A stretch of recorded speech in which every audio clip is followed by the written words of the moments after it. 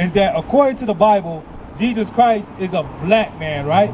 But who told you that was Jesus? If Jesus Christ was black with woolly hair, who is that?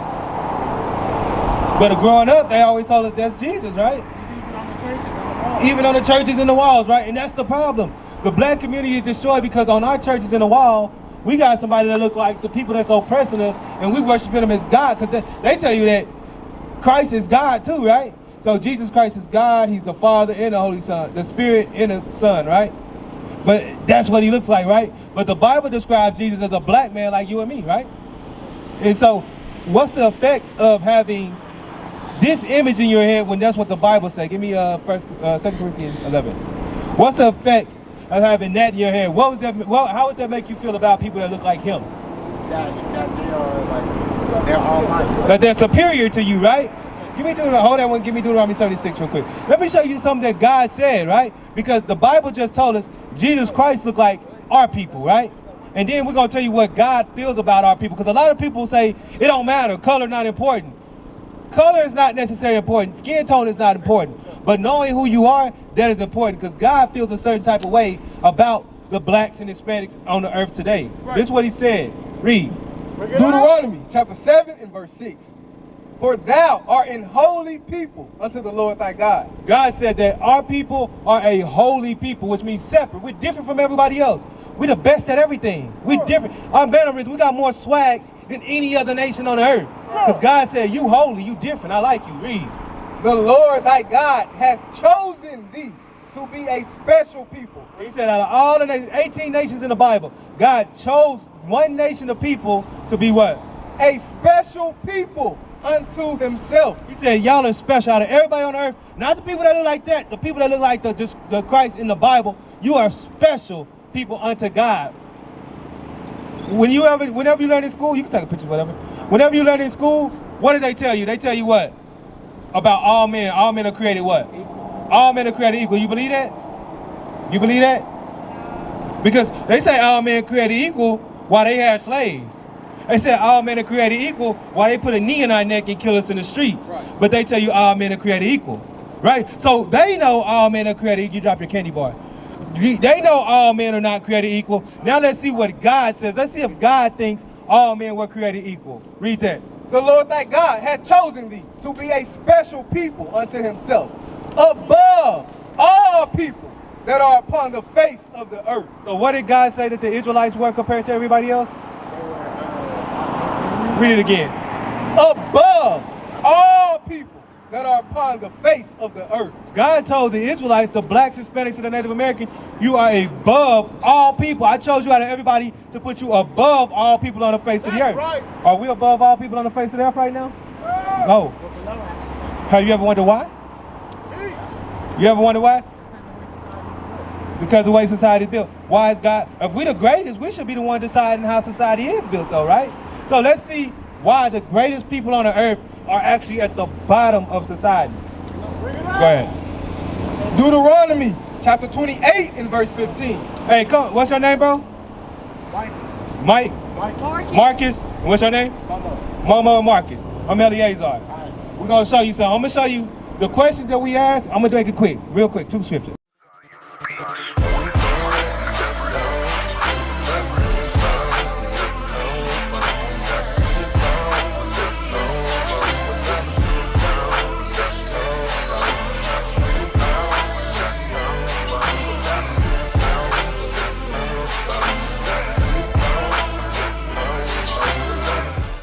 I'm going to show you with the Bible why we're not at the top.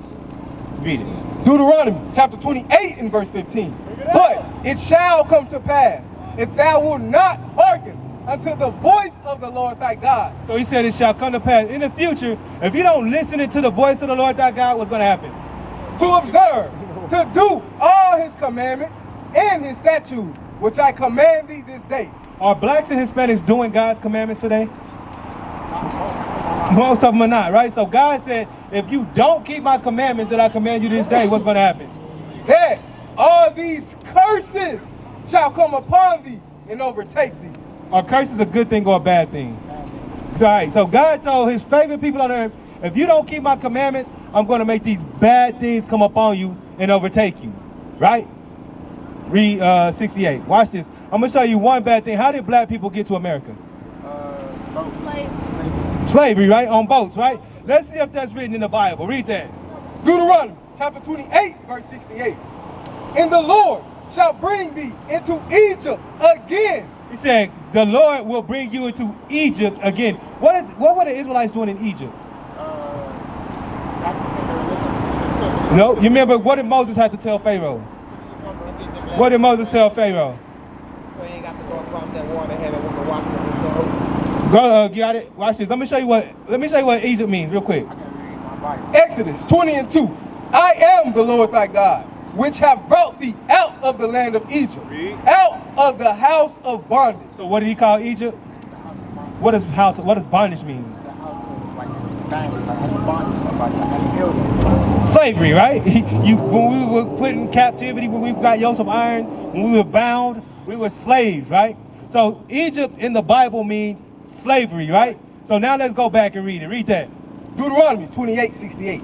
And the Lord shall bring thee into Egypt again. Slavery. So he said, the Lord shall bring you into slavery again. Because remember, Moses had to tell Pharaoh, let my people go. Because they were slaves, right? So he said he's going to bring you to the state or condition you were in Egypt again. How? With ships. How did y'all say we got over here to America? What kind of ships? Yachts, cargoes? Cargo slave ships, right? So God told the Israelites, if you don't keep my commandments, I'm going to put you into slavery on ships. Read.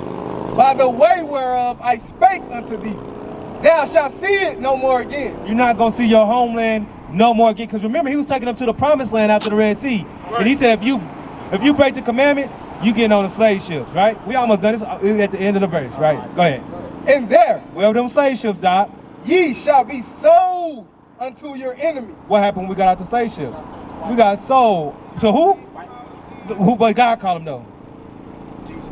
Read it again. What did he say?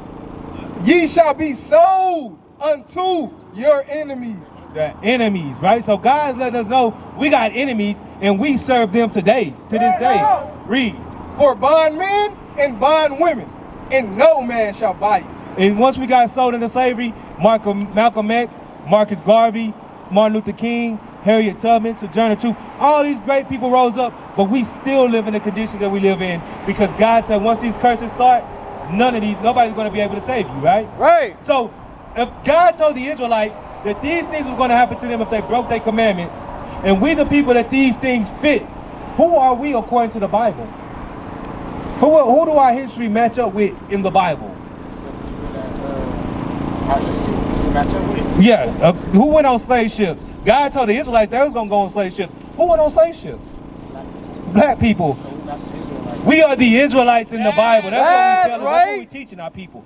Take a look at that flyer. I know you got to go.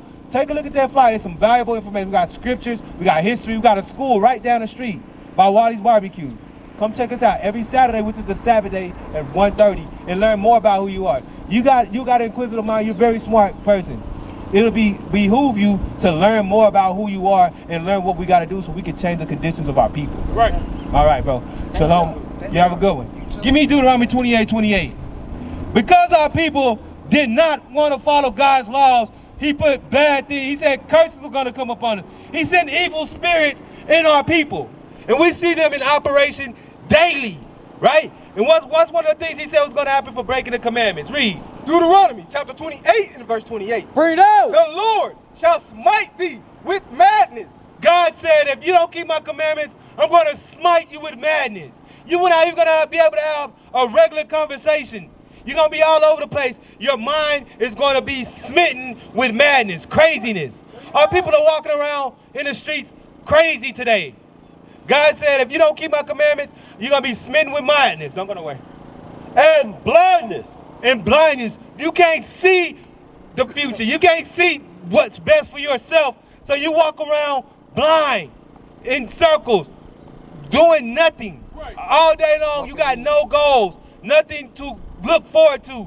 That's what God said was going to happen to the greatest people on earth. You're going to be smitten with madness to where you think you're making sense, but you sound like utter foolishness. Right. We used to scream black power while heroin was pushed. But at the end of the day, nothing's in vain. IUIC has been given a vision. The tents of Judah has risen. Many has attempted the mission, minor murmuring, omitting, and missing the mark. Just reading that he had the flame of fire in his eyes gave us the spark. We on Paul's mission. We out on the road, purple and gold, from Mexico, Cuba, Haiti, Ghana, Sierra Leone. 144,000 boots banging, concrete crackling. These are our men repented at heart. The scriptures is proof. IUIC, we deliver the truth.